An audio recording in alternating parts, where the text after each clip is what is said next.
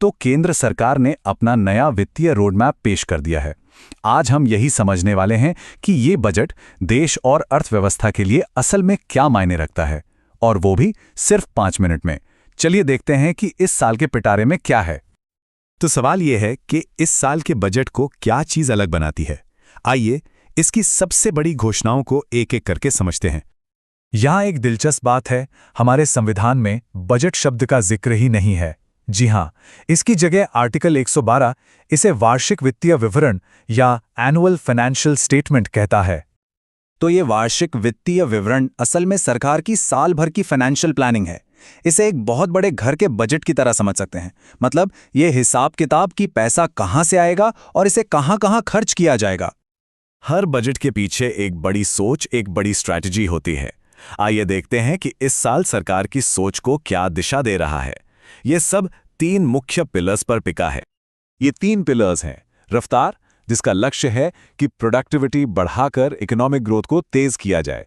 दूसरा है क्षमता, जो हमारे लोगों की स्किल्स को बेहतर बनाने पर फोकस करता है। और तीसरा सबका साथ सबका विकास, जो ये पक्का करने की कोशिश है कि तरक्की का फायदा सभी तक पहुंचे। अच्छा, कोई भी नई प्लानिंग से पहले ये देखना जरूरी है कि हम अभी कहाँ खड़े हैं, है ना? तो सरकार ने पिछले कुछ सालों की अपनी इकोनॉमिक परफॉर्मेंस पर एक रिपोर्ट कार्ड भी पेश किया है।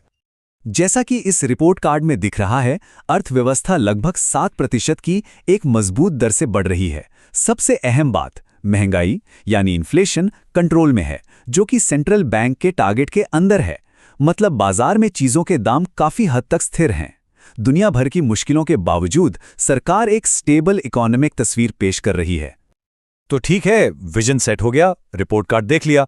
अब आते हैं बजट के सबसे अहम हिस्से पे, यानी एक्शन प्लान पे। सरकार ने 6 ऐसे एरियाज की पहचान की है जहां सबसे ज्यादा ध्यान और पैसा लगाया जाएगा। ये 6 फोकस एरिया हैं: strategic manufacturing, infrastructure, MSMEs, urban development, पुरानी इंडस्ट्रीज को फिर से खड़ा करना और देश की सुरक्षा। हालांकि ये सभी जरूरी हैं, लेकिन इस साल एक एरिया को खास तौर पर बड़ा बूस्ट मिल रहा है। इन 6 एरियाज में से सरकार ने सबसे बड़ा इशारा इंफ्रास्ट्रक्चर पर खर्च बढ़ा कर दिया है। इसका मतलब है कि देश में लंबी अवधि की संपत्ति बनाने पर जोर है। और ये आंकड़े इस बात की गवाही देते हैं। कैपिटल एक्सपेंडिचर यानी कैपेक्स 11.2 लाख करोड़ रुपए से बढ़कर सीधा 12.2 लाख करोड़ रुपए हो गया है। ये एक बहुत बड़ा निवेश है, जिससे देश भर में नई सड़कें, रेलवे लाइनें और पोर्ट्स बनेंगे, जो न सिर्फ रोजगार पैदा करेंगे बल्कि प्राइवेट इन्वेस्टमेंट को भी खींचेंगे। चलिए अब कुछ सबसे बड़ी और नई योजनाओं पर नजर डालते हैं जिनकी घोषणा इस बजट में हुई है। सबसे पहले है ये नया फ्रेट कॉरिडोर। ये पश्चिम बंगाल के डानकुनी को गुजरात के सूरत से जोड़ेगा। इससे माल ढुलाई बहुत तेज और सस्ती हो जाएगी, जो कि बिजनेस के लिए एक बहुत बड़ा फायदा है। इसके बाद है रेयर अर्थ कॉरिडोर, जो ओडिशा से केरल तक जाएगा। इसका मकसद है रेयर अर्थ मिनरल्स, यानी वो चीजें जो स्मार्टफोन, बैटरी और दूसरे इलेक्ट्रॉनिक्स में लगती हैं, उनकी सप्लाई को सुरक्षित करना। इससे आयात पर हमारी निर्भरता कम होगी। और आत्मनिर्भरता की इसी बात को आगे बढ़ाते हुए सरकार इंडिया सेमीकंडक्टर मिशन 2.0 के साथ चिप मैन्युफैक्चरिंग पर भी जोर दे रही है। लक्ष्य साफ है, भारत को एक ग्लोबल सेमीकंडक्टर पावर हाउस बनाना। अगला बड़ा निवेश है 100 करोड़ रुपए का, और ये एक ऐसे सेक्टर में जा रहा है जो भारत के भविष्य को आकार दे सकता है। ये पैसा जा रहा है बायोफार्मा शक्ति योजना में। इसका मकसद है भारत को दवाओं और बायोटेक के फील्ड में एक ग्लोबल मैन्युफैक्चरिंग हब बनाना। इसके लिए 3 नए रिसर्च इंस्टीट्यूट भी बनाए जाएंगे।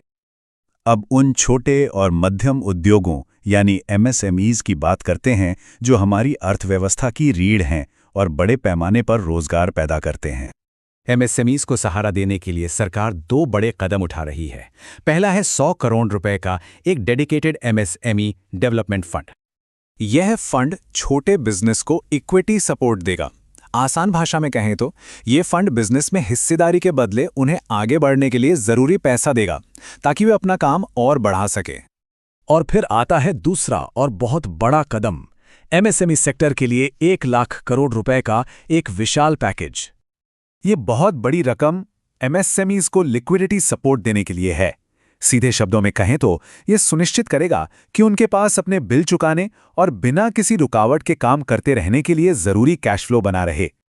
तो अगर हम इस पूरे बजट को समेटें तो इसका निचोड़ क्या है?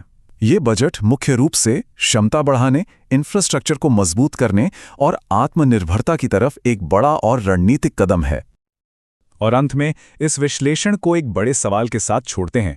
क्या इस बजट में की गई घोषणाएं और निवेश भारत को एक विकसित राष्ट्र बनाने के लक्ष्य की ओर तेजी से ले जाएंगे? ये एक ऐसा सवाल है जिसका जवाब सिर्फ आने वाला समय ही देगा।